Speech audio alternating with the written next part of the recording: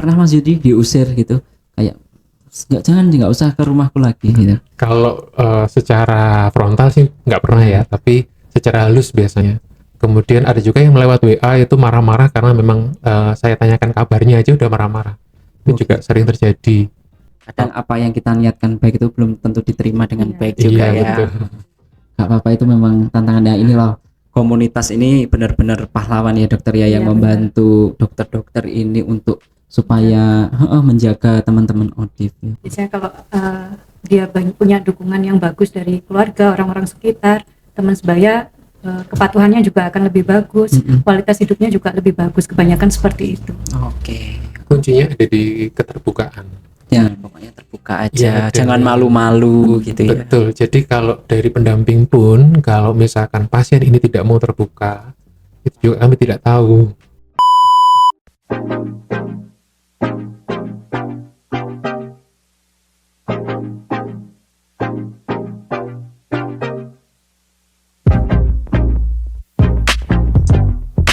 Halo warga Kota Blitar semuanya, jumpa lagi bersama saya di acara Ngobras, ngobrol asik, santai di RSUD Marti Waluyo, Kota Blitar.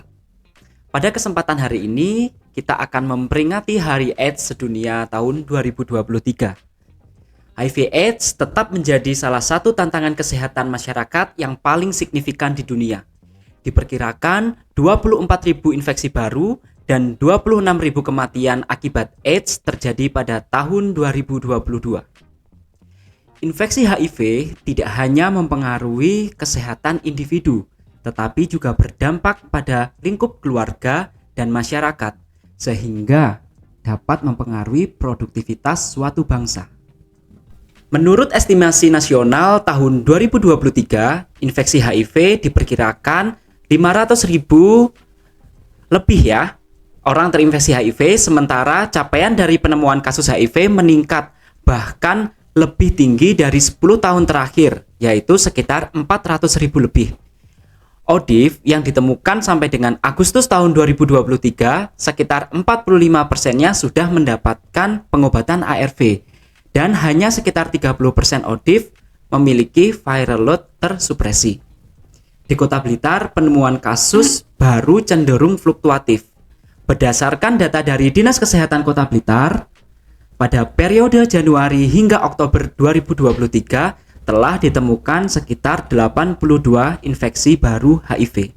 Kolaborasi bersama multi partner seperti pemerintah, sektor swasta, akademisi, media, dan komunitas telah banyak menyelamatkan nyawa. Namun, masih banyak pekerjaan yang harus dituntaskan supaya slogan akhiri AIDS pada tahun 2030 dapat tercapai. Di sini, saya Frans Nedodiki akan memandu Sobat Marti semua untuk memahami peran aktif komunitas. Pada podcast ini kita sudah didatangi atau kita sudah bersama narasumber kita yang luar biasa. Yang pertama ada Dr. Novita. Selamat pagi dokter. Selamat pagi Mas Edo. Ya, yang kedua ada Mas Yudi. Selamat pagi Mas Yudi. Selamat pagi Mas Edo. Perlu Sobat Ngobras ketahui di sini, Dr. Novita merupakan dokter harian di Poli Penyakit Infeksi, sekaligus dokter yang bersertifikasi CST ya dokter. CST atau Care Support and Treatment. Untuk Mas Yudi di sini merupakan perwakilan dari komunitas yaitu LSM Mahameru, sekaligus anggota KDS atau kelompok dukungan sebaya. Dokter, kalau kita ngobrol terkait HIV nih ya, masyarakat sendiri itu kan juga masih rancu antara HIV dan AIDS itu seperti apa. Kalau menurut dokter, apa sih HIV AIDS itu? Jadi kalau HIV itu sebenarnya nama virusnya ya. Sesuai dengan kepanjangannya itu Human Immunodeficiency Virus. Jadi virus ini dia menyerang dan melemahkan sistem kekebalan tubuh pada manusia. Sedangkan AIDS sendiri ini merupakan kumpulan gejala atau sindrom di mana sistem kekebalan tubuhnya sudah sangat melemah sekali karena virus ini, sehingga muncul banyak sekali penyakit-penyakit dan kondisi tubuh yang sudah sangat lemah sekali. Oh begitu dokter. Ini yang saya tertarik itu adalah kata-kata human ya.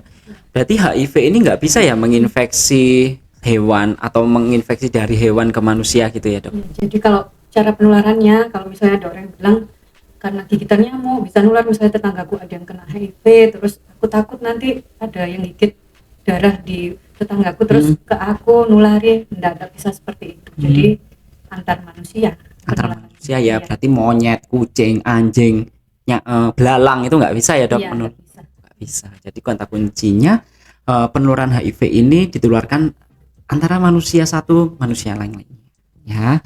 Kemudian dokter, untuk tadi dokter Novita sudah membahas nih tentang penularan ya, salah satunya tidak bisa menularkan melalui gigitan nyamuk ke manusia. Lalu penularan HIV itu sebenarnya melalui apa sih, Dok? Kalau kita simpulkan secara global ada 3 macam. Yang pertama seperti yang sudah kita ketahui bersama melalui hubungan seksual. Ini lewat cairan mani, cairan vagina ataupun cairan anus, karena hubungan seksual enggak hanya lewat itu aja nih. Terus yang kedua dari hubungan yang non seksual. Misalnya contohnya transfusi darah, transplantasi organ, kemudian juga pemakaian jarum. Misalnya kalau yang seksual tadi ya sudah mungkin sudah saya jelaskan seperti yang tadi. Kalau seksual lewat cairan mani, lewat cairan vagina ataupun dari anus lewat cairan anus. Sedangkan yang non seksual ini misalnya melalui transplantasi organ, kemudian melalui transfusi darah atau pemakaian jarum suntik yang bergantian. Gitu. Kemudian ada juga penularan dari ibu ke anak. Ini yang kita concern sekarang ya, jangan sampai masa depan bangsa ya anak ini dia kena HIV sejak dini, terus daya tahan tubuhnya turun, nanti juga akan pengaruh ke masa depannya. Ini yang kita concern di sini. Jadi kalau untuk penularan dari ibu ke anak ini bisa terjadi saat dia kehamilan, sehingga untuk ibu-ibu hamil ini wajib hukumnya untuk pemeriksaan tes HIV saat kehamilan untuk mencegah penularan. Kemudian saat persalinan kita cari persalinan yang aman bagi pasien-pasien dengan HIV yang hamil ini. Kemudian pada saat menyusui kita berikan KIE pilihan-pilihan karena air susu ibu juga bisa menularkan HIV. Oh begitu. Ya.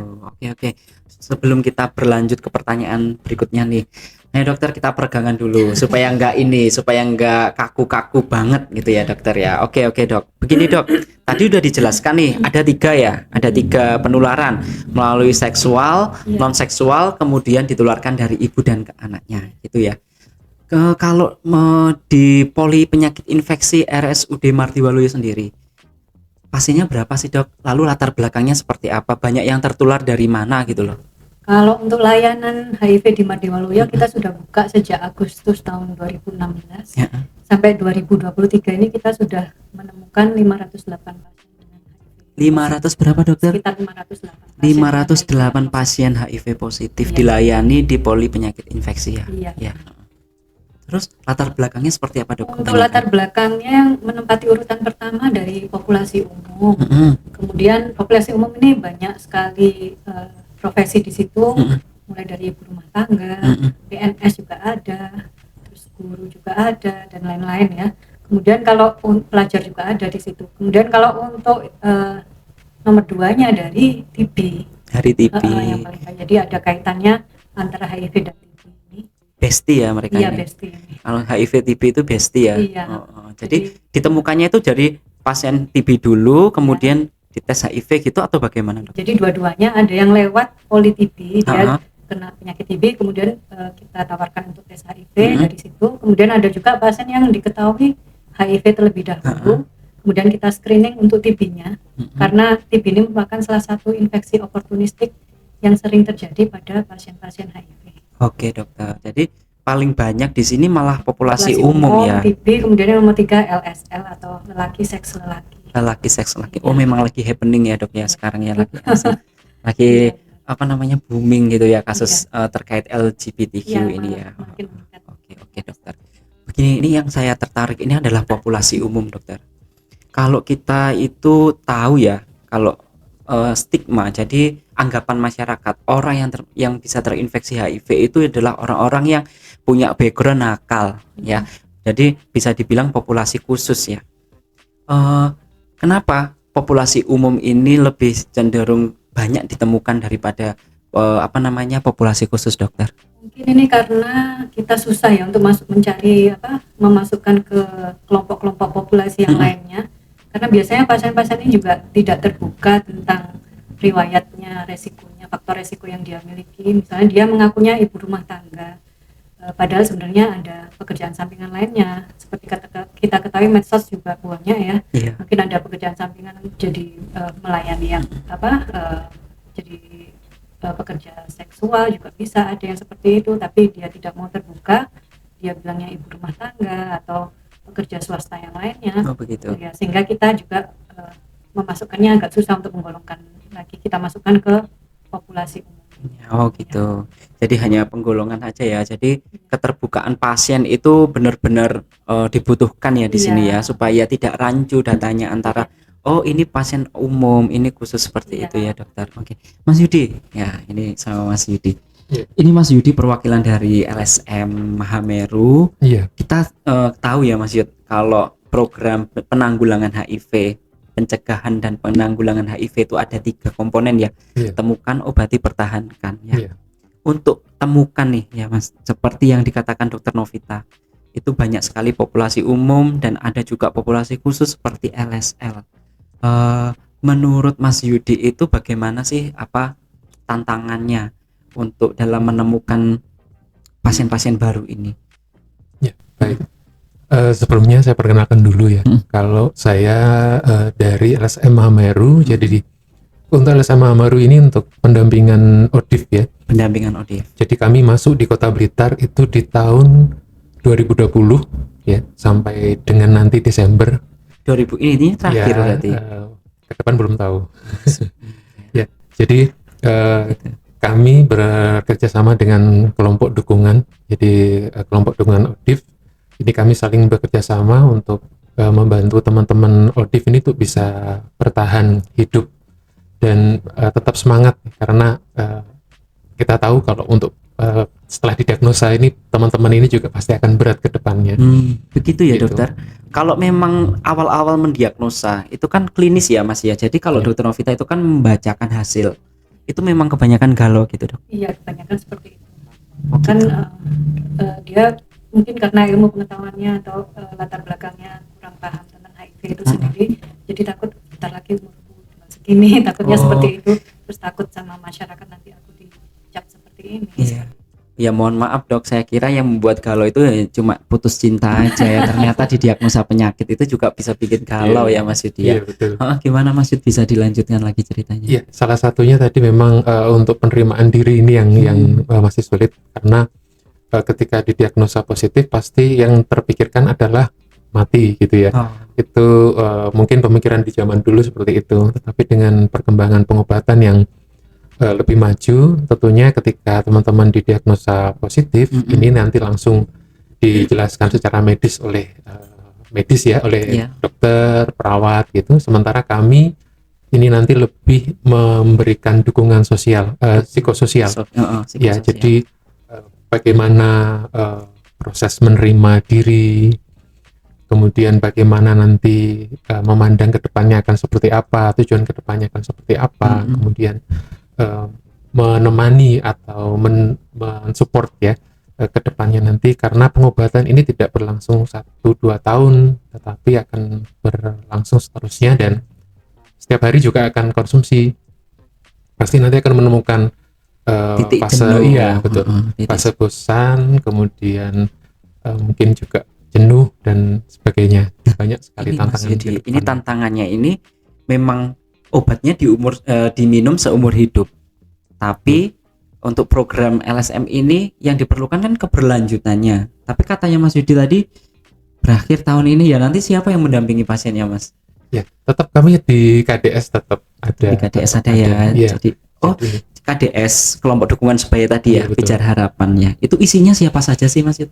Baik, jadi kami di pendamping itu juga merupakan bagian dari KDS. Jadi KDS ini adalah kelompok yang terdiri dari teman-teman yang sudah positif HIV, kemudian dari orang-orang yang peduli dengan isu HIV, kemudian kami berkumpul, kemudian berkegiatan dan saling mendukung satu sama lain. Gitu. Jadi ketika nanti misalkan di pendampingan untuk dari Mahamerunya tidak berlanjut, kemudian KDS-nya akan maju. Tetap gitu, nanti tetap. teman-teman dari KDS dokter tetap akan mendampingi teman-teman yang baru terutama ya, untuk nanti bisa survive ke depannya. Nah, ternyata luar biasa sekali ya sobat ngobras. Jadi memang apa namanya, kehadiran komunitas itu memang bisa mewujudkan suatu perubahan yang bagaimana yang ternyata positif untuk teman-teman ODIF ya. Oke, menarik sekali Mas Yudi ya. Lalu untuk Dokter Novita, dokter, selain tantangan yang psikososial tadi ya dokter, tantangan apa lagi yang sekiranya dokter rasakan dalam menemukan pasien baru? Kalau Mas Yudi tadi melakukan pendampingan gitu ya, tapi kalau Dokter Novita di rumah sakit itu bagaimana cara menemukan pasiennya dok? Kalau untuk rumah sakit sendiri kan memang kita susah untuk menjangkau keluar. Nah, istilahnya kita lebih lumayan pasif ya dibandingkan Mas Yudi yang bisa menjangkau ke area luar rumah sakit sampai ke daerah-daerah. Mas Yudi tangannya panjang Iya. gitu ya, dia bisa ini nyaring semua. Kalau Iya. dokter menunggu Kita di rumah sakit, pulang. menunggu pasien yang mereka dengan sukarela mau memeriksakan dirinya karena punya faktor resiko tertentu yang dia tahu. Kemudian pasien-pasien yang masuk dengan penyakit-penyakit yang lainnya atau karena IO biasanya kita curiga ke arah sana, kita periksakan, kita KIP pasiennya untuk melakukan pemeriksaan. Kita dapatnya dari situ kebanyakan. Jadi Kalau di rumah sakit menunjukkan gejala gitu ya dok. iya. Nah, ini terkait gejala. Iya. Gejala HIV itu ada yang spesifik nggak dok? Oh, kalau misalkan gejalanya ini ya itu pasti HIV gitu. Kira-kira ada nggak sih? Kalau untuk spesifiknya itu tergantung dari stadium. Karena untuk stadium HIV itu ada beberapa stadium, mulai stadium 1 sampai 4. Kalau untuk stadium 1 masih awal-awal ini barusan terinfeksi biasanya, atau beberapa tahun setelah terinfeksi biasanya masih belum muncul gejala, tergantung orangnya masing-masing, daya tahan tubuhnya, tergantung jenis virusnya. Ini biasanya belum ada gejala, ya sama seperti kita orang-orang normal. Tapi bisa menularkan. Bisa menularkan. Sejak awal terinfeksi 2 minggu lagi itu sudah bisa menularkan. Viral load-nya biasanya jumlah virusnya udah tinggi. Ya meskipun dokter. tanpa gejala. Jadi dia berisiko untuk menularkan. Dia merasa sehat padahal dia membawa virus. Kemudian untuk stadium 2 ini istilahnya kekebalan tubuhnya mulai turun. Jadi virusnya mulai timbul gejala di permukaan dulu, di kulit. Biasanya gatal-gatal, kayak anak kecil yang kalau digigit serangga jadi gampang menting-menting gitu ya.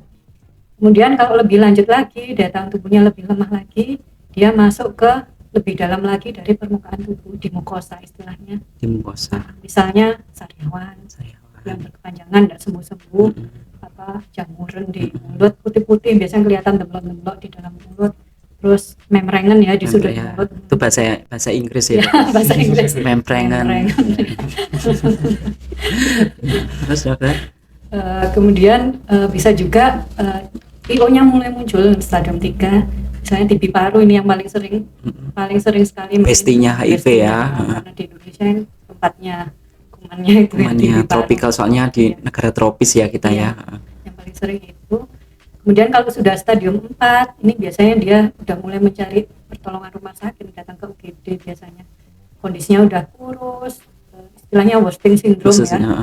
Jadi tinggal lunglip ya istilahnya, tulang, kulit, karena diare yang berkepanjangan, terus infeksinya sudah kemana-mana, merusak sistem organ, mulai ginjal, liver, bahkan bisa ada infeksi di otak, kemudian juga bisa terjadi kanker juga. Oh gitu. Mas Yudi, tadi kan ada statement ya dari Dokter Novita itu terkait penemuan, jadi dari populasi umum, populasi khusus, ya terus ada yang belum ada gejala sama yang sudah ada gejala. Kira-kira kalau dari komunitas pendamping ya yang bertugas mendampingi dan menemukan, itu ada tantangan tersendiri nggak? Ada perbedaan nggak? Lebih mudah menemukan yang bergejala atau yang tidak bergejala gitu, Mas? Ya, kalau dari pendamping sendiri, kalau untuk menemukan lebih mudah yang sudah ada gejala ya. Karena kalau belum ada gejala pasti belum mau periksa dengan berbagai alasan. Kalau kami dari pendamping masuknya dari pasangan ODIF. Jadi dari pasangan ODIF ini yang kami edukasi untuk segera tes. Jadi ketika belum ada gejala kebanyakan memang belum bersedia Tapi ketika mulai ada gejala ini baru mau melakukan tes. Kemudian kalau dari Kota Blitar ini juga ada bantuan dari teman-teman LSM. Ada lagi ya LSM. LSM penjangkau, jadi dari Bambu Nusantara ini Dari untuk Bambu penjangkau. Nusantara. Iya, Jadi betul. ada 3, ada LSM Hameru dari Mas Yudi, ada dibantu lagi LSM Bambu Nusantara yang fokusnya menemukan ya Mas Yudi ya. Iya, betul. Dengar-dengar dari informasi dari Dinas Kesehatan juga ada WPA, Warga Peduli AIDS juga di Kota Blitar. Iya, betul. Jadi semakin banyak komunitas ya untuk yang berkolaborasi ini. Iya, betul. Lalu tadi yang disinggung, ternyata lebih mudah menemukan yang sudah bergejala ya. Iya. Berarti artinya gimana dokter? Kesadaran masyarakat masih rendahkah atau bagaimana? Biasanya dia mungkin malu mengakui dia punya faktor resiko, biasanya seperti itu sih, karena stigma juga, karena dari dirinya sendiri juga, karena masalah psikososial juga. Jadi ya butuh bantuan dari masyarakat juga untuk menghilangkan stigma ini agar mereka lebih mudah untuk menjangkau melakukan tes HIV. Nah, begitu ya dokter. Untuk statement untuk yang program temukan, kira-kira apa yang ingin disampaikan Dokter Novita ke masyarakat tuh? Jadi sebaiknya sih kalau kita lebih senangnya sih menemukan pada stadium dini untuk HIV-nya ini, karena lebih mudah untuk pengobatannya, untuk mencegah agar tidak berlanjut lagi ke stadium yang lebih lanjut. Karena kalau stadiumnya lebih lanjut lagi, pengobatannya lebih kompleks lagi, organ yang terkena juga lebih banyak lagi. Jadi sebagai medis kita juga resikonya lebih tinggi lagi kalau untuk pengobatan. Ke pasiennya sendiri juga resikonya lebih tinggi, angka kematian akan lebih meningkat kalau stadiumnya lebih lanjut. Kalau stadium dini diharapkan sih nanti dia akan tetap terjaga di stadium itu, kondisinya membaik, harapan hidupnya bagus, dia bisa bekerja seperti biasa. Oke, begitu ya dokter. Nah, itu loh sobat ngobras ya. Jadi apabila kita punya faktor resiko, lebih baik kita segera memeriksakan diri. Entah itu faktor resiko seks atau faktor resiko penularan yang lain ya dokter ya. Sebaiknya kita berani untuk tes supaya kalau misalkan sudah ditemukan segera diberi obat. Nah, ini kita menginjak ke bahasan berikutnya yaitu obati. Nah, jadi kan slogannya top tadi, temukan, kita sudah bahas temukan. Lalu obati. Nah, bagaimana dokter? Setelah pasien didiagnosa positif HIV, itu sebaiknya yang harus dilakukan itu apa sih? Kita lihat dulu ya untuk diagnosa positifnya ini dia periksanya di mana. Kadang ada tes mandiri juga mungkin pada pasien tersebut. Tesnya itu terstandar apa enggak untuk menegakkan diagnosa HIV. Soalnya untuk menegakkan diagnosa HIV ini harus melalui 3 tes dengan reagen yang sudah terstandar dari pemerintah. Baru kita bisa mendiagnosa HIV. Kalau belum, misalnya cuma 1 metode, terus datang saya positif ingin diobati, kan masih 1 metode, belum bisa disimpulkan kalau itu HIV, harus melalui tes yang terstandar. Kalau memang dari tes yang terstandar 3 tadi sudah positif, baru kita menginjak untuk konseling untuk penyaringan infeksi-infeksi yang lainnya harus diobati terlebih dahulu, misalnya ada TB atau toksoplasma misalnya seperti itu. Kemudian ada infeksi menular seksual yang lainnya. Setelah itu segera mungkin diobati kalau misalnya sudah kita screening seperti itu. Ini dokter, terkait metode tes HIV tadi, kalau di Martiwaluyo sudah terstandar ya, sudah terstandar. Lagi Mas Yudi, fenomena lagi nih, kalau saya tangkap statementnya Dokter Novita bahwa ada yang membawa hasil masih 1 reagen, itu memang ada ya. Jadi kalau COVID dulu ya, kita kan bebas beli alat yang namanya swab mandiri itu ya dokter. Kalau HIV memang ada yang seperti itu Mas, jadi dia beli alat cek sendiri gitu.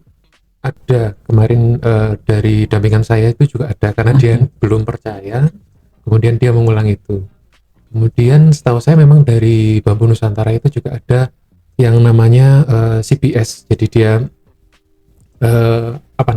OFT ya, oral fluid test, itu untuk mendiagnosa awal HIV.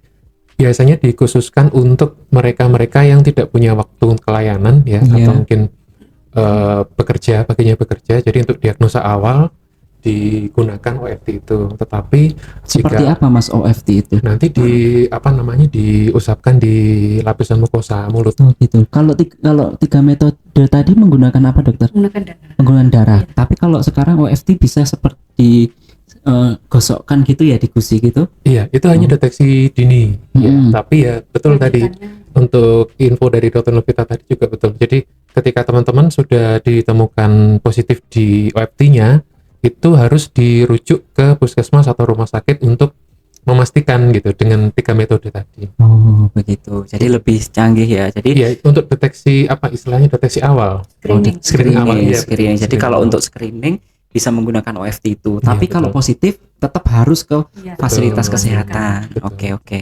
Gitu. Tadi juga Dr. Novita sempat menyinggung dicek dulu ada penyakit penyerta enggak, kemudian dilakukan apa namanya pengobatan ARV ya dokter ya. Lalu ada efek samping enggak dok ARV itu? Kalau untuk ARV kan ada berbagai macam jenis ya. Tergantung dari macam-macamnya itu untuk efek sampingnya. Tapi kalau secara global sih ada efek jangka pendek, menengah dan panjang. Kalau jangka pendek biasanya muncul 2 minggu awal atau 1 bulan awal. Makanya pada pasien yang masih awal-awal berobat, kita suruh untuk datang lagi 2 minggu kemudian karena kita evaluasi efek samping yang kemungkinan muncul. Kalau untuk efek samping yang paling sering sih biasanya di gastrointestinal atau daerah saluran pencernaan. Biasanya mual. Muntah, terus kadang di psikoneuro, misalnya pusing, terus halusinasi, kadang ada yang seperti itu.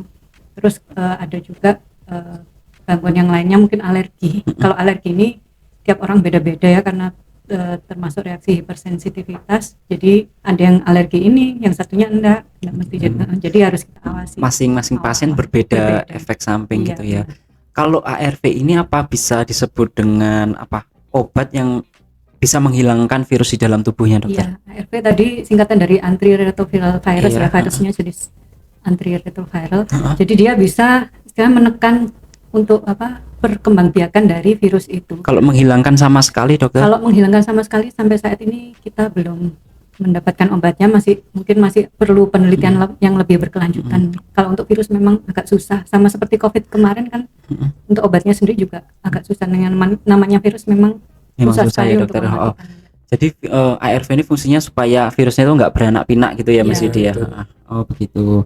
Tadi efek sampingnya sih banyak ya. Otomatis kalau saya dijelaskan efek samping sudah takut sendiri. Kira-kira ada kiat-kiat strategi nggak Mas supaya meyakinkan teman-teman ODIF ini dan masyarakat supaya nggak takut juga menggunakan ARV ini? Gimana sih kiat-kiatnya supaya mau untuk dilakukan pengobatan gitu?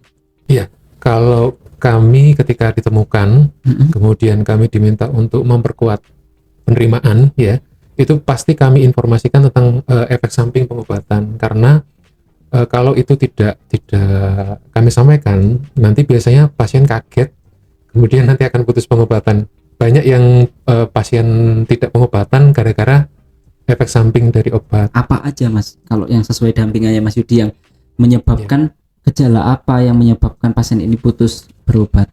Ya, ada yang beberapa regimen itu menyebabkan halusinasi, kemudian pusing. Melihat mantan atau kenangan-kenangan masa lalu gitu, halusinasinya. Kalau cerita dari teman-teman ini banyak seperti itu. Jadi melihat mantan itu mungkin bukan efek samping ARV ya dokter, karena rindu mungkin ya. Jadi ada biasanya umumnya adalah mual, muntah, kemudian pusing, halusinasi, kemudian beberapa juga ada yang tidak nafsu makan gitu. Tapi kami selalu informasikan kalau ARV ini mungkin di awal-awal butuh adaptasi ya. Seperti orang kenalan juga butuh waktu adaptasi ya. Jadi kita infokan manfaat ARV-nya apa, manfaat dan efek sampingnya apa. Jadi lebih besar manfaatnya daripada kita mikirin efek sampingnya. Jadi seperti itu. Biasanya kalau penguatannya di situ. Kemudian lebih dipahamkan gitu ya. Betul. Atas efek terapinya gitu ya, manfaatnya gitu. Iya. Jadi lebih kita fokusnya ke manfaatnya saja daripada memikirkan efek sampingnya. Terus kalau misalnya ada yang ngeyel, efek samping udah dijelaskan sama pendampingnya, efeknya itu manfaatnya itu lebih besar daripada efek samping. Tetap dia itu nggak mau merasakan gejala itu. Gimana dokter? perlu berhenti, boleh berhenti atau bagaimana strateginya? Yang boleh berhenti itu kalau ada efek samping yang berat, tapi kalau masih ringan aja, misalnya pusing, kita punya obat untuk mengatasi pusingnya. Misalnya tidak bisa tidur, kita bantu dengan obat untuk mengatasi gangguan tidurnya seperti itu. Tapi ini kan ada obat yang baru, Iya. yang namanya TLD itu. Ini efek sampingnya sangat minim sekali, jadi tidak usah khawatir. Malah kebanyakan sih yang dirasakan nafsu makannya jadi malah lebih bagus Meningkat. lagi. TLD ya tadi namanya. Iya. Itu apa, Dok? TLD itu gabungan 3 jenis obat dalam satu pil ya. Jadi dia bisa diminum sehari sekali, lebih memudahkan pasien untuk meminum obat. Jadi kalau misalnya dia bekerja paginya, nggak kebingungan kalau 3 kali sehari kan bingung kadang. Iya. Pas waktu kerja, waktu istirahat kerja, terus waktu malamnya. Kalau ini cuma sehari sekali, bisa diminum malam hari saat mau istirahat, besoknya sudah bisa kerja. Lebih praktis gitu ya Mas Iya, Yudi ya. betul. Lebih memudahkan pendamping untuk menjelaskan Iya, bahwa untuk obat ini tuh mengingatkan juga. simpel tapi manfaatnya besar gitu ya. Betul. Kalau efek samping yang berat, Dok, itu yang perlu di garis bawahi sama teman-teman Odif ini apa sih kira-kira? Biasanya kebanyakan sih karena alergi. Kalau alergi ini agak susah memang. Yang namanya alergi nggak hanya obat ARV aja, mungkin obat lainnya juga bisa menyebabkan alergi. Nah ini yang harus diwaspadai. Tapi kalau untuk obat yang baru ini jarang sekali Iya. dibandingkan dengan obat yang lama. Jarang Gitu. sekali terjadi reaksi Kalau sudah alergi harus diganti kah atau Iya. harus berhenti Kalau ada alergi berat, kita switch ganti ke jenis yang ke jenis lainnya. yang lain? Cari trial and error ya, kayak Iya, skincare ya. Skincare saya itu juga trial and error. Di glowing. TLD ini juga salah satu senjata kami sebenarnya dari pendamping. Kalau misalkan ada teman-teman yang tidak mau pengobatan dengan alasan efek samping, TLD ini jadi senjata biasanya. Ya, jadi kapan itu kami ada pelatihan juga di Surabaya, Dr. Yati juga menyarankan seperti itu. Jadi untuk teman-teman yang memang ada kendala efek samping berat, seperti dari regimen lama, efavirenz kayak itu, memang kita bukan mengarahkan, tidak, tetapi kami menginformasikan kalau memang ada obat baru ini yang minim efek samping. Nanti kalau Bapak atau Ibu ini keberatan dengan efek samping, nanti bisa diajukan untuk penggantian obat ke regimen yang baru. Gitu. Gitu ya. Oke Mas Yudi. Kalau sejauh ini Mas mendampingi pasien yang memulai pengobatan, Iya. yang bikin Mas Yudi tertantang, yang tantangannya itu paling sulit ini levelnya. Kalau tadi itu kan level minimum, sekarang itu yang pro, yang insane. Kalau kita main game itu tantangan terbesarnya Sampai apa? menyerah. Sampai hampir menyerah. Ampun saya mau out, mau keluar dari pendamping itu apa kira-kira? Sebenarnya sih kalau pengalaman mungkin karena kami di Kota Blitar ini ada 5 orang, jadi yang 4 orang pendamping, yang satunya adalah pendamping juga sebenarnya, tapi lebih berperan sebagai koordinator. Jadi tantangan setiap pendamping pasti berbeda-beda. Kalau saya pribadi sih, yang kemarin pasien tidak mau pengobatan, kemudian kita sudah bantu edukasi, bahkan pindah vaskes, kemudian nyarikan rujukan, itu juga saya bantu. Ya itu sudah berapa kali begitu. Kemudian di tengah jalan dia tidak mau pengobatan, kemudian sampai saya konsultasi ke dokter Novita untuk kelanjutannya seperti apa gitu. Jadi kita ada trik untuk mengajak pasien tersebut pengobatan dengan kita bantu akses obatnya, kemudian kami juga bantu edukasi, tetapi responnya juga tidak seperti yang kita harapkan gitu. Dan ini sudah terjadi berkali-kali. Sama orang yang sama? Betul, dengan orang yang sama. Bahkan ketika terakhir dia sudah ada komplikasi, ya kemudian sekarang jalannya juga sudah tidak normal lagi, itu juga tidak mau pengobatan. Malah kemarin terakhir saya kunjungan, beliaunya menginformasikan kalau obat dari rumah sakit lah yang membuat beliaunya seperti itu.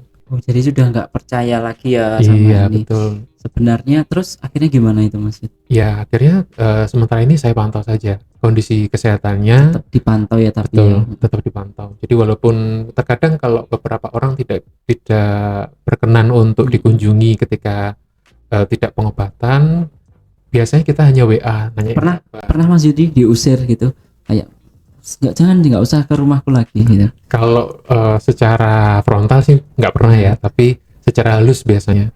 Kemudian ada juga yang melewat WA itu marah-marah karena memang saya tanyakan kabarnya aja udah marah-marah. Itu juga sering terjadi. kadang apa yang kita niatkan baik itu belum tentu diterima dengan Iya. baik juga Iya, ya. betul. Gak apa-apa, itu memang tantangannya. Ini loh, komunitas ini benar-benar pahlawan ya dokter ya, yang Iya, membantu dokter-dokter ini untuk supaya menjaga teman-teman ODIF ya. Terima kasih ya Mas Didi. Iya, sama-sama. Teman-teman di luar sana juga banyak berperan kok. Iya. Kan kolaborasi kan ya. Iya, betul, betul. Iya. Kemudian kalau kita lihat manfaat, kita membicarakan manfaat dokter ya. Untuk program mempertahankan itu kan otomatis mempertahankan kesehatan ya kalau tidak salah. ARV ini memiliki peran apa sih untuk mempertahankan kesehatan teman-teman ODIF ini? Jadi kalau berdasarkan bukti klinis, ini dengan pemakaian ARV yang rutin dan teratur ini bisa menurunkan jumlah virus yang ada di dalam tubuh sampai tidak terdeteksi oleh alat. Jadi maksudnya di sini tidak terdeteksi oleh alat bukan berarti virusnya benar-benar mati sih, tapi dia ditekan sampai seminimal mungkin sehingga tidak terdeteksi oleh alat. Kalau virus ini ditekan seminimal mungkin, daya tahan tubuh akan kembali lagi seperti normal nih. Kondisi pasien juga akan normal. Jadi yang kita harapkan dengan kondisi pasien yang seperti ini, angka penularan juga akan semakin turun. Istilahnya U sama dengan U ya. U sama dengan U. Iya. Ya, itu artinya apa dokter? Apa namanya? Sampai lupa ya. Bahasa Inggris saya. Undetectable. Nah ini benar. Undetectable equal with untransmitted ya. Jadi tidak terdeteksi itu dia juga tidak akan menularkan. Jadi bisa dok. Jadi kalau memang benar ya, apa maksudnya kalau kita udah melakukan pengobatan rutin itu benar-benar nggak bisa menularkan? Iya benar. Benar. Seperti kalau berdasarkan bukti klinis. Iya. Cuman ya tetap perlu waspada. Kan masih tetap ada beberapa persen ya. Jadi kalau misalnya melakukan hubungan seksual ya tetap harus pakai kondom. Jangan sampai lepas kondom. Iya. Meskipun sudah undetectable. Lalu syarat supaya virusnya ini tidak terdeteksi lagi itu apa dok? Maksudnya apakah harus selain minum ARV harus bagaimana, atau ARV-nya harus diminum misalkan setiap hari berapa kali gitu, gimana dok? Kalau syaratnya? Untuk syaratnya ya harus minum secara rutin sesuai dosis. Jadi kadang cuma minum satu obat toh, padahal kan isinya 3 sebenarnya. Iya. Mungkin kadang yang 3 dalam satu kemasan pil itu mungkin habis, jadi dapatnya protolan kadang seperti itu kan. Kalau protolan cuma diminum satu tok, jadi tidak efektif lagi. Jadi harus minum 3-3-nya. Yang isinya 2 NRTI dan 1 NNRTI itu ya. Itu harus diminum rutin tiap hari. Dosisnya sesuai, terus berkepanjangan, terus juga dia meminimalisir IO-nya, sehingga kondisinya akan tetap sehat terus. Oh gitu. Iya. Kalau bisa disingkat harus patuh gitu nggak sih? Iya. Harus patuh ya. Kalau terkait kepatuhan, misalkan jamnya yang berbeda minumnya itu apa mempengaruhi juga dokter? Misalkan hari ini lupa, misal diminumnya pagi gitu, lupa nggak minum terus diminum sore gitu, apa itu juga bisa mempengaruhi hasilnya nanti? Iya, mempengaruhi. Kan kalau obat ya, kalau kita lihat reaksinya di dalam tubuh ada istilahnya T setengah ya kalau secara bio ya. Bio ya. Kalau secara bio ada T setengahnya, dia mencapai target. Nah ini kalau waktunya dia minum harusnya dia tetap diambang seperti itu. Karena tidak minum, ini bisa turun dosisnya yang ada di dalam tubuh. Kalau dosisnya turun, tentu saja efektivitas obatnya juga akan turun. Sehingga kalau virusnya mengenali, dia kan udah terpapar terus, suatu saat bisa resisten. Berarti harus disiplin ya Mas Yudi. Betul. Lalu peran komunitas ini seperti apa? Apakah pasiennya banyak tadi 508, misalkan yang diobati 508. Pendamping ini untuk memastikan pasien ini disiplin dan patuh itu caranya bagaimana ini? Kok luar biasa sekali nih PR-nya Mas Yudi ini. Tapi PR-nya ini tidak bisa selesai 100%. PR-nya akan terus berkepanjangan. Ya, selalu menjadi pekerjaan rumah berarti ya. Jadi gimana? Kalau kami dari pendamping biasanya ada beberapa kegiatan. Yang pertama itu biasanya ada kepatuhan study club, kayak forum discussion and gathering gitu ya, kayak FGD. Lewat WA aja atau memang benar-benar gathering? Udah gathering, tapi terbatas gathering. Waktu itu kalau tidak salah setiap kami kegiatan ini 25, kami mengumpulkan teman-teman itu 25 orang ini kami kumpulkan dalam satu forum Kemudian narasumbernya ini dari dokter atau dari perawat puskesmas maupun rumah sakit. Kemudian di situ kita bisa membahas semua terkait dengan kepatuhan ARV karena memang fokusnya di kepatuhan. Kepatuhan. Betul. Kemudian kami juga dari kelompok dukungan ini juga sama. Ketika pertemuan kita juga saling mengingatkan karena tantangannya memang ada di kebosanan gitu dokter ya. Karena setiap hari kita minum obat. Jadi teman-teman ini kami edukasi biasanya dengan menempatkan sebagai vitamin atau suplemen monggo ya, asalkan membuat nyaman. Kalau kita menempatkannya sebagai obat itu terkadang kan kita mikirnya macam-macam. Kalau vitamin kan membuat dia sehat ya gitu. Betul. Jadi situ. Kemudian kalau untuk kepatuhan ini memang harus tepat waktu setiap harinya. Biasanya kami kalau terutama yang baru-baru ini masih kami pantau selama 2-3 minggu. Jadi kami ingatkan jam minumnya, kami WA gitu, sudah diminum atau belum, kemudian efek sampingnya apa. Kalau memang berat ya segera kontrol, kalau memang ringan ya dipakai istirahat. Seperti itu. Kalau boleh tahu satu orang pendamping itu mendampingi berapa pasien itu Mas? Waduh, itu tidak bisa tidak bisa dijelaskan karena memang ya kami siapa saja yang memang butuh pendampingan ini kami berusaha untuk dampingi. Jadi misalkan ketika ada permasalahan kemudian pasien ini butuh pendampingan, kita bergiliran siapa yang memang bisa mendampingi pada saat itu, yaitu yang maju. Nggak ada istilah Mas Yudi slotnya habis gitu. Tidak. Nggak bisa unlimited berarti kuotanya ya. Oke.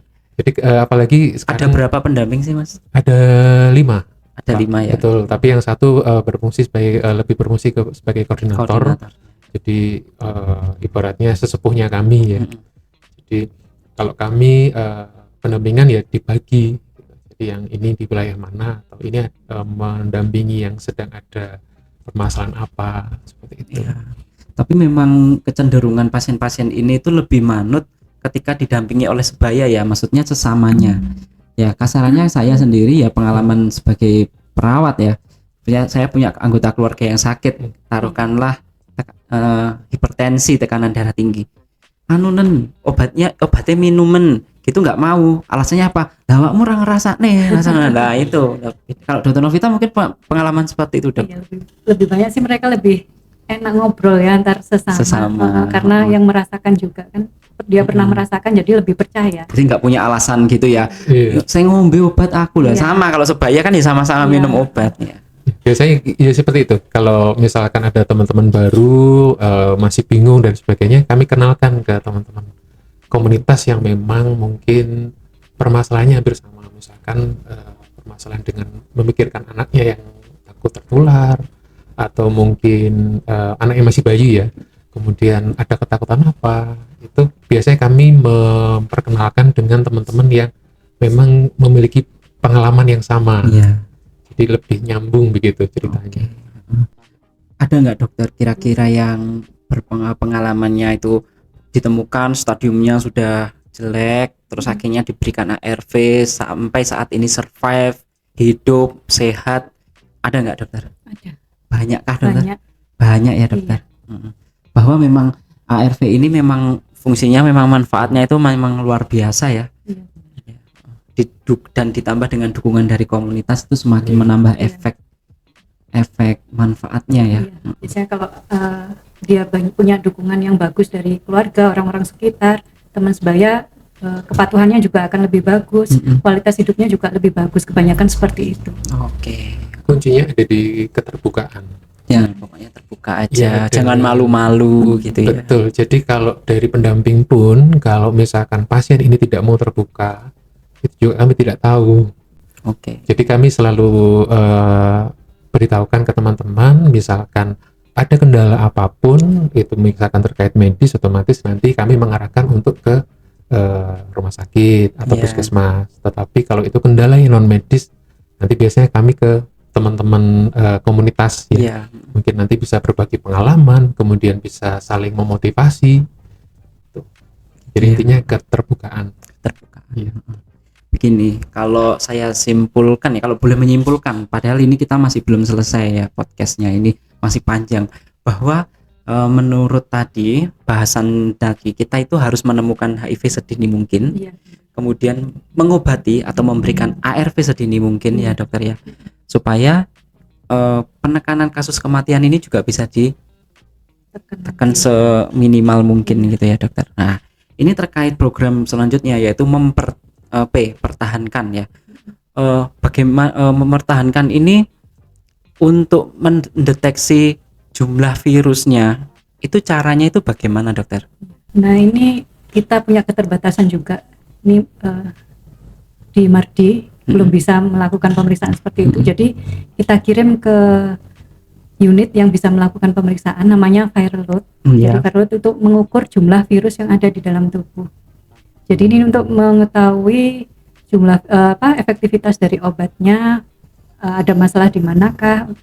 Biasanya kita periksakan setiap 6 bulan sekali biasanya. 6 bulan sekali. Gratis kah? Kalau sudah tidak terdeteksi setahun sekali bisa. Gratis atau berbayar dokter? Gratis. Gratis ya. Setiap 6 bulan sekali setelah ARV. Iya, berarti. setelah minum konsumsi ARV secara teratur. Begitu. Kalau dampingannya Mas Yudi ini kebanyakan yang jumlah virusnya terdetek, masih ada yang terdeteksi atau sudah banyak yang tidak terdeteksi Mas Yudi? Masih ada beberapa yang masih terdeteksi, bahkan beberapa ada yang masih tinggi. Masih. Setelah kami sebenarnya sudah di-KI sama petugas di puskesmas waktu itu, tapi karena memang ini pengawasan dari orang tuanya kan memang masih anak-anak ya. Oh masih anak. Ya, masih anak-anak. Ada juga dokter ya untuk yang pasien anak-anak ini. Ada. Berapa dokter yang ditangani di Marti? Kalau untuk anak, kita sendiri kalau di poli tidak menangani untuk anak dewasa. Kalau yang anak biasanya poli anak yang menangani. Oh di poli anak, Iya, di tapi poli obatnya nanti di poli infeksi. Iya, untuk pencatatan pengambilan di poli infeksi. Ada berapa pasien dok kalau anak kira-kira? Saya juga enggak begitu hafal. 5 kalau nggak salah. Lima. Salah 5 ya. Kalau tidak Lima. salah 5. 5 ya, kurang Iya, lebih kalau 5. tidak salah 5. Itu bagaimana Mas tadi untuk jumlah banyaknya virusnya untuk yang pasien yang pendampingannya Mas Yudi ini? Iya, jadi karena memang terkait dengan kepatuhannya, pengawasan dari orang tuanya, ya akhirnya kita hanya bisa edukasi karena memang saat ini belum tersedia untuk regimen baru untuk yang anak. Kemarin saya juga sempat ngobrol sama Dr. Novita, ternyata memang masih belum ada untuk Iya. regimen anak. Jadi sementara kita memang masih edukasi untuk kembali ditertibkan. Namanya anak kadang Namanya, pagi iya, rewel gitu ya. Rewel, kadang nggak mau minum Iya. obat. Jangankan yang Muntah. anak, yang Iya, betul, udah iya, dewasa dimakan. aja kan ya susah Iya. untuk Iya. membujuk, apalagi anak kan belum paham ya, maksudnya Iya betul. ini tuh fungsi dan apalah gitulah Iya. ini ya enggak kurang paham. Itu tantangan kalau Itu tantangan ya kalau iya, anak-anak salah itu. satunya di anak itu. Harus dari BG juga lebih tantangan lagi. Iya betul. Gimana dokter tantangannya kalau ABG? Kan setelah dari anak dia kan biasa minum obat, terus tiba-tiba ABG tanya, kenapa kok minum obat seperti ini? Nah Iya. itu juga Oh. tantangan lagi. Mungkin dia udah biasanya kalau ABG kan sering istilahnya kalau dikasih tahu lebih susah. Iya. Terus kenapa aku salah apa, intinya seperti itu. Jadi timbul masalah baru lagi. Sudah Begitu. ABG. Luas Tantangan luas pasien banget anak ya itu. permasalahan HIV ini. Jadi nggak bisa diselesaikan, kalau menurut saya nggak bisa diselesaikan 1-2 orang aja, harus benar-benar kolaborasi ini ya, peran-peran komunitas ini yang luar biasa yang dibutuhkan. Butuh psikolog sama psikiater juga ya, pendampingan juga. Oke. Lalu kan kita udah banyak sekali membahas tentang penemuan kasus, strategi-strategi, tentang pengobatannya, tentang bagaimana cara mempertahankan untuk sehat. Kemudian kalau HIV ini kan lekat banget ya kaitannya dengan stigma dan diskriminasi. Kira-kira stigma dan diskriminasi ini masih ada nggak sih, Mas Yudi? Oh banyak. Masih banyak? Iya. Jadi stigma kalau bisa. Kita di tahun berapa sih sekarang? 2023. Masih ada 2023 Masih ada. stigma HIV itu. Jadi stigma itu secara garis besar ada 2. Yang pertama stigma dari dalam diri ODIF-nya sendiri.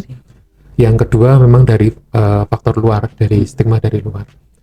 Kalau berbicara dengan stigma dari dalam diri sendiri, itu teman-teman pasti merasa aku sudah tidak berguna lagi, aku aku sudah tidak seperti dulu lagi, aku nggak punya masa depan dan sebagainya. Itu termasuk stigma yang timbul dari dalam diri ODIF sendiri gitu. Dan itu juga sangat menghambat terutama untuk pengobatan ya. Jadi kalau pengobatan dengan kondisi stigmanya belum selesai, ini pasti nanti di tengah jalan akan putus. Jadi banyak teman-teman yang ketika kondisinya sudah lebih bagus, lebih baik, itu ada yang mempertanyakan, ini aku beneran sakit ini enggak sih? Kalau Betul. sudah kondisinya udah bagus. Iya, Kalau dia Padahal- merasa sehat gitu ya. betul. Tenanan nggak? Yo, wong aku sehat gitu ya. Iya, Tapi ya ternyata orang-orang teman-teman HIV, ODIF ini ya memang sebenarnya kalau sudah terkontrol ya memang sehat ya dokter. Iya, sekali. sama aja loh ya. Heeh. terus dia biasanya teman-teman itu stigmanya tidak pede. Jadi menarik diri dari pergaulan sosial, merasa berbeda dari orang yang lain. Kemudian mungkin ada beberapa yang merasa dirinya sudah cacat gitu ya. Dia menganggapnya seperti itu, jadi dia akan terbatas di kehidupan sosialnya. Itu termasuk dari stigma dari diri sendiri ya.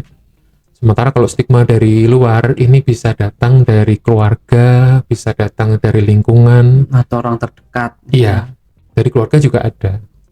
Jadi Ada yang menolak anggota keluarganya. ada, misalkan ada stigma dari keluarga, gampangnya aja, misalkan alat makan disendirikan, kemudian cuci baju disendirikan, itu masih ada. Padahal menurut Dr. Novita tadi kan nggak menular ya lewat. Air liur, keringat, air mata nggak menularkan. Atau kontak fisik yang biasa kayak jabat tangan. Itu sobat ngobras ya. Jadi HIV itu menularnya sulit. Kalau pemakaian makan bersama, alat mandi bersama itu ternyata tidak menularkan ya. Seharusnya kita juga nggak boleh sih mendiskriminasi atau menstigma seperti itu ya. Ya, betul. Lanjut Mas Yudi. Kalau Ini kalau kita ngomongin stigma ini menarik Panjang ya, sebenarnya. soalnya memang fenomena ya katanya Iya. tadi ya. Tapi ya saya juga aneh 2023 loh kok masih ada gitu loh stigma. ya, kalau bicara stigma itu nggak ada habisnya karena setiap pendamping juga pasti punya cerita sendiri-sendiri.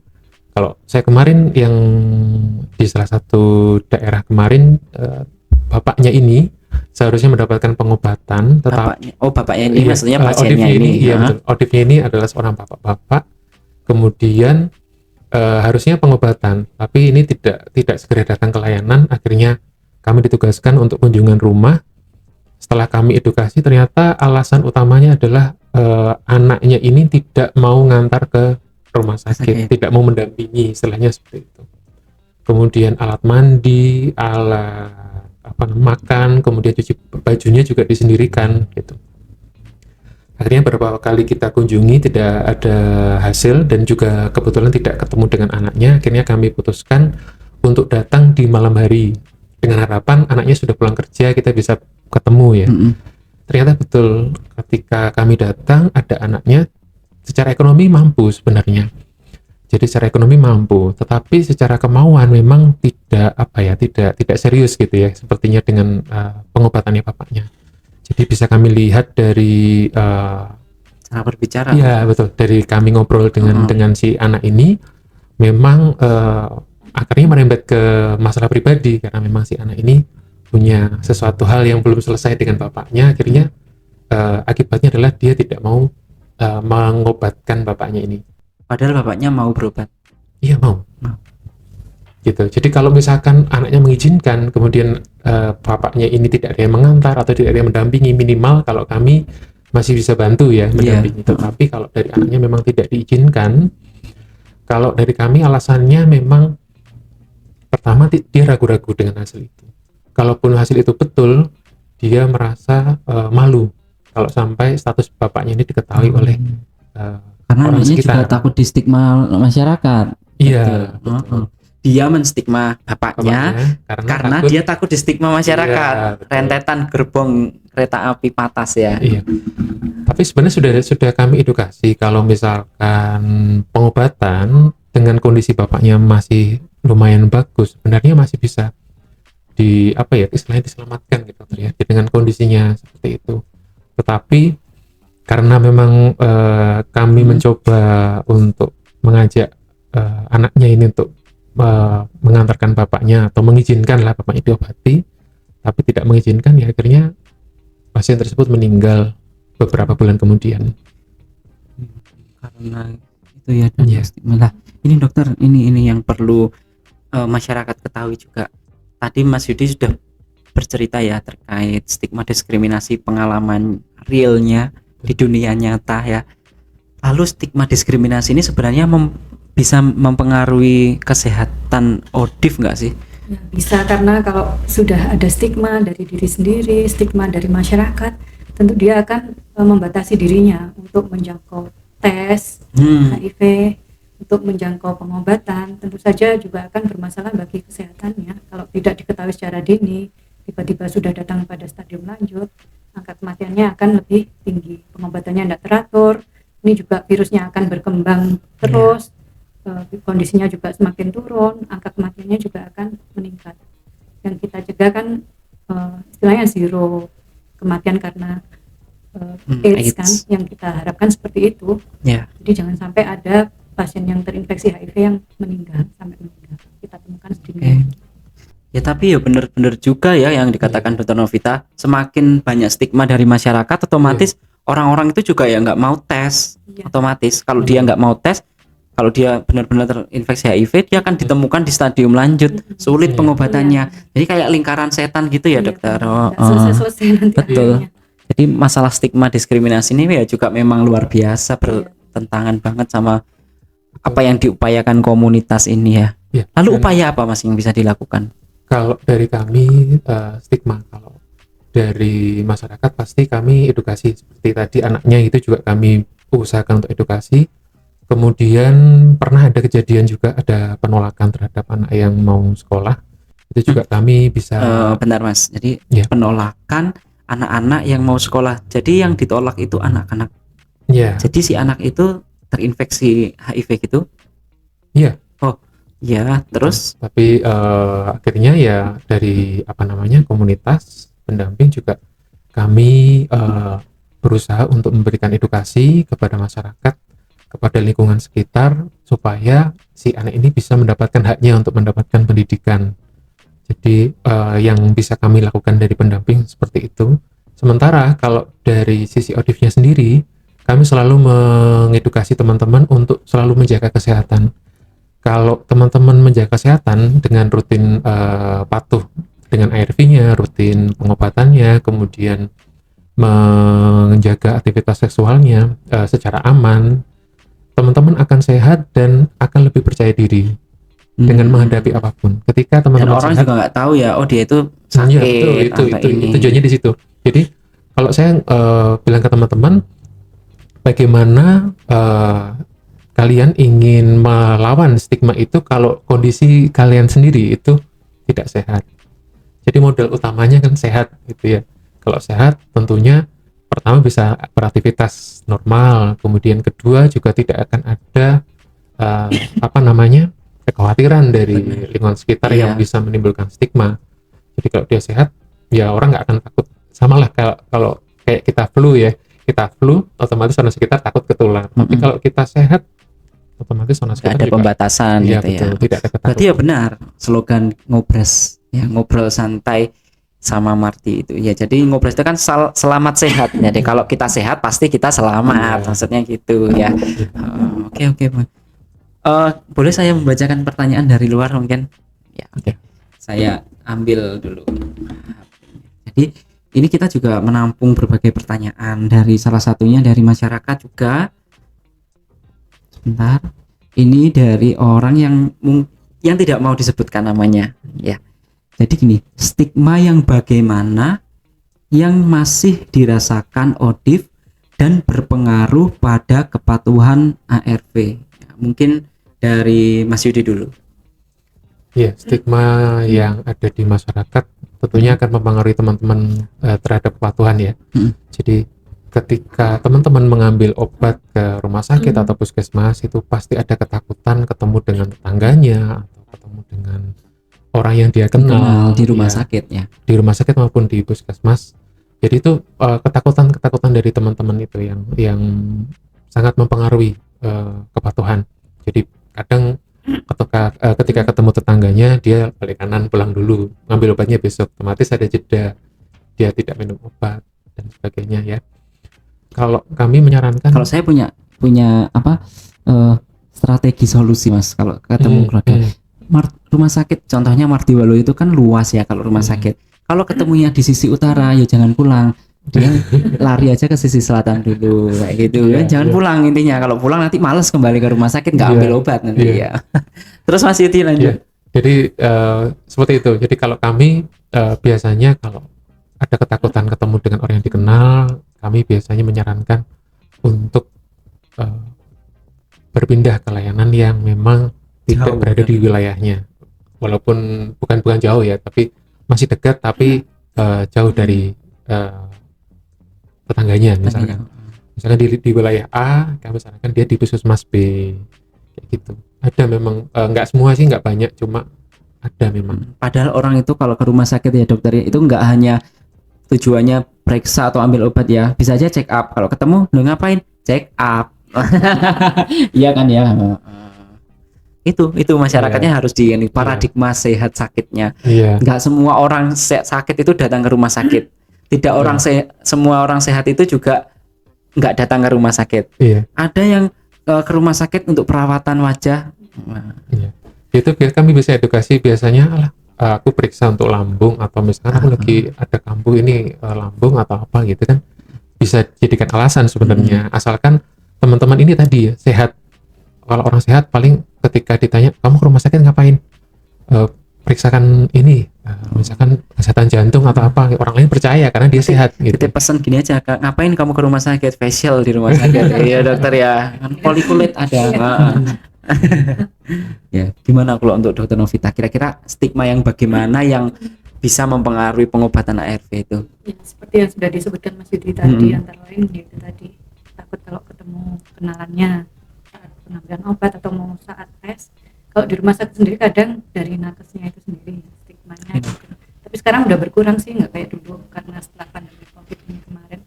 Kalau dulu mungkin dari nakes sendiri kadang mereka juga kurang paham, jadi membeda-bedakan masalah pelayanan mungkin seperti itu. Jadi tapi sekarang sudah tidak seperti itu sih. Kalau sekarang sama aja antara pasien HIV dengan bukan, ya perlakuannya sama aja. Cuma universal precaution aja yang tetap sama aja sih. Kalau untuk penyakit yang lain universal precaution kan juga Tidak berlaku untuk HIV aja ya kan untuk semua.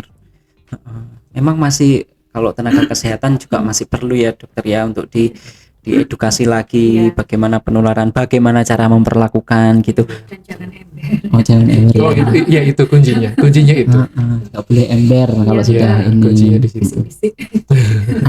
Oh ya ya. Bisik-bisiknya ke sini nanti bersambung lagi berantai. Itu adalah biasanya itu tradisi itu turun temurun ya maksudnya aja mau omong ini loh ya terus saya aja mau ini ya akhirnya ya gitu. Kemudian untuk pertanyaan kedua ini, apa yang bisa dilakukan ODIF untuk berperan dalam tema khas? Nah, temanya itu kan bergerak bersama komunitas atau peran aktif komunitas dalam melakukan perubahan. Untuk Mas Yudi sendiri ya, apa sih yang ODIF itu yang bisa lakukan supaya mendukung tema Hari AIDS sedunia? Ya. Jadi yang pertama memang mengkampanyekan ke teman-teman yang ada di internal komunitas ini untuk bisa sehat ya, dengan pengobatan rutin, menjaga kondisi dan sebagainya. Sementara kalau dari ke pihak luar, kami ada biasanya kami melakukan kegiatan itu biasanya kampanye untuk dengan slogan-slogan yaitu tadi jauhi penyakitnya bukan orangnya, atau mungkin HIV tidak mudah menular. Otomatis dengan edukasi seperti itu setidaknya masyarakat ini mau melihat gitu, oh ternyata HIV tidak mudah menular, ternyata yang dijauhi cukup penyakitnya saja bukan orangnya gitu. Kalau dari komunitas banyak seperti itu. Kalau kegiatan-kegiatan yang lain misalkan seperti sosialisasi itu biasanya untuk saat ini masih diambil oleh pendamping. Mas Yudi menyarankan nggak setiap ODIF itu harus ikut komunitas kayak komunitas pendamping, komunitas dukungan sebaya gitu? Iya. Menyarankan nggak Mas Yudi?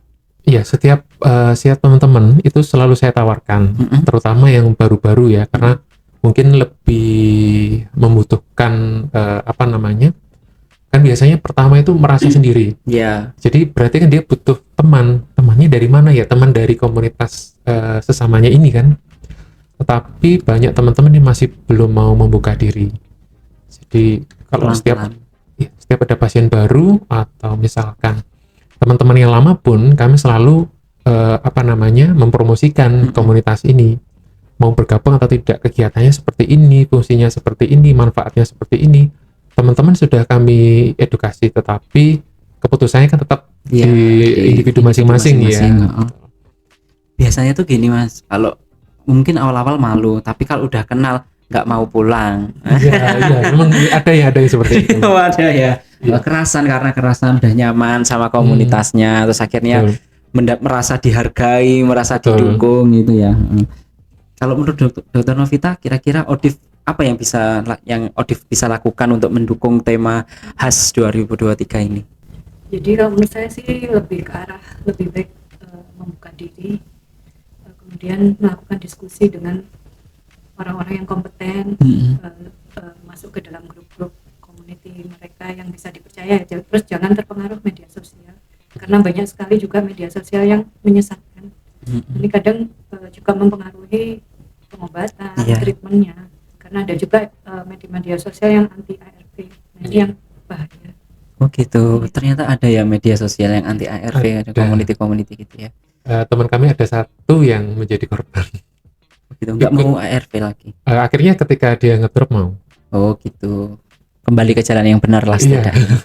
Nah, ngomong-ngomong soal media sosial, supaya nggak termakan hoax tentang kesehatan, teman-teman atau sobat ngobras, kami sarankan untuk tetap follow Instagram RSUD Martiwaluyo di @rsud_martiwaluyo ya. Di sana teman-teman bisa mendapatkan informasi kesehatan yang valid tanpa hoax dan no abal-abal lah pokoknya ya dokter ya. Oke. Saya rasa sudah cukup bincang-bincang kita pada hari ini dalam memperingati Hari AIDS sedunia. Jadi saya akan simpulkan terlebih dahulu bahwa penemuan kasus HIV itu harus dilakukan sedini mungkin, supaya pengobatan itu juga bisa dilakukan sedini mungkin, karena semakin cepat diobati maka virus juga akan semakin ditekan, yang artinya setiap ODIF bisa mempertahankan kesehatan. Untuk masyarakat, jangan mudah memberikan stigma atau diskriminasi negatif terhadap ODIF, karena akan berdampak terhadap program penemuan dan pengobatan ODIF. Oke. Kalau boleh saya izin, saya akan membacakan puisi. Ini ala-ala Najwa Shihab.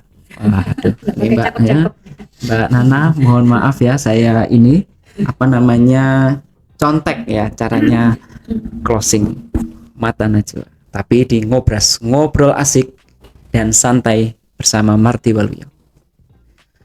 Seolah berada dalam pentas, namun pentas dalam nyata realitas. Kita semua ingin menembus batas. Bersama komunitas, kita mampu melaju bak kereta patas. Saatnya bergerak bersama komunitas, akhiri AIDS 2030, Indonesia menjadi teratas. Selamat Hari AIDS Sedunia tahun 2023. Sehat terus teman-temanku, saudaraku ODIF, orang dengan HIV AIDS. Kami, fasilitas kesehatan RSUD Martiwaluyo Kota Blitar, akan terus mendukung. Terima kasih, sampai jumpa lagi di podcast selanjutnya. Ngobras, ngobrol asik, santai di RSUD Martiwaluyo Kota Blitar.